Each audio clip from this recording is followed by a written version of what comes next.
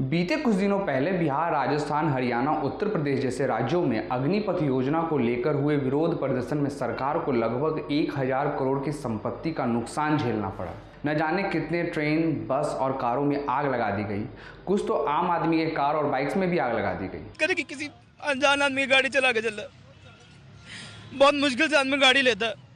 इन सब के बीच एक सवाल यह उठता है कि क्या कार बीमा कंपनियां ऐसे नुकसान को कवर करती है जो दंगा या विरोध प्रदर्शन में क्षतिग्रस्त या जला दिए गए हों? तो इसका जवाब हाँ है, लेकिन यह समझने के लिए कि क्या इस तरह के वैंडलिज्म मोटर बीमा कंपनी के अंतर्गत आती है, तो इसके लिए आपको सबसे पहले भारतीय बीमा बाजार में उपलब्ध मोटर बीमा पॉलिसियों के प्रकारों के बारे में जानना होगा।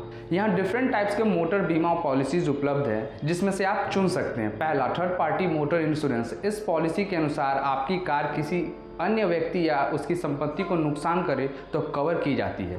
क्षति का मुआवजा उसके बीमाकर्ता द्वारा उठाया जाता है यदि यह साबित हो जाता है कि नुकसान आपसे पहुंचा है। इस कवर में संपत्ति के नुकसान के साथ साथ आपकी कार से प्रभावित तीसरे पक्ष की चोट और मृत्यु भी शामिल है। यह पॉलिसी किसी भी प्रकार की जानबूझकर या जबरदस्ती क्षतिग्रस्त किए जाने वाले या जलाए जाने के नुकसान को कवर नहीं करती है। दूसरा, a comprehensive motor insurance policy. इस पॉलिसी के अंतर्गत भुगतान या कहे तो कंपनसेशन दो मेजर थिंग्स के लिए होता है। पहला, थर्ड पार्टी इंश्योरेंस। दूसरा, ओडी यानी कि ओन डैमेज, मतलब घटना के दौरान आपके कार को हुए नुकसान का भी मुआवजा। यह पॉलिसी आपकी जेब खर्च को कम करती है और जब आपकी कार क्षतिग्रस्त हो जाती है तो बीमा कंपनी मरम्मत के लिए भुगतान करेगी। चूंकि ओडी एक कॉम्प्रिहेंसिव पॉलिसी के अंतर्गत आता है, यह वैंडलिज्म कहे तो दंगा और विरोध प्रदर्शन के कारण हुए नुकसान को भी कवर करता है। आपका बीमा करता इस तरह के नुकसान के रिलेटेड खर्च को उठाएगा। इसमें याद रखने वाली भी बातें हैं। पहला, अपनी बीमा कंपनी को नुकसान की सूचना देने में भी कोई देरी न करे, जल्द से जल्द इसकी सूचना दे। दूसरा, और नुकसान के लिए किए जाने वाले सर्विस से पहले कार की मरम्मत ना करवाएं।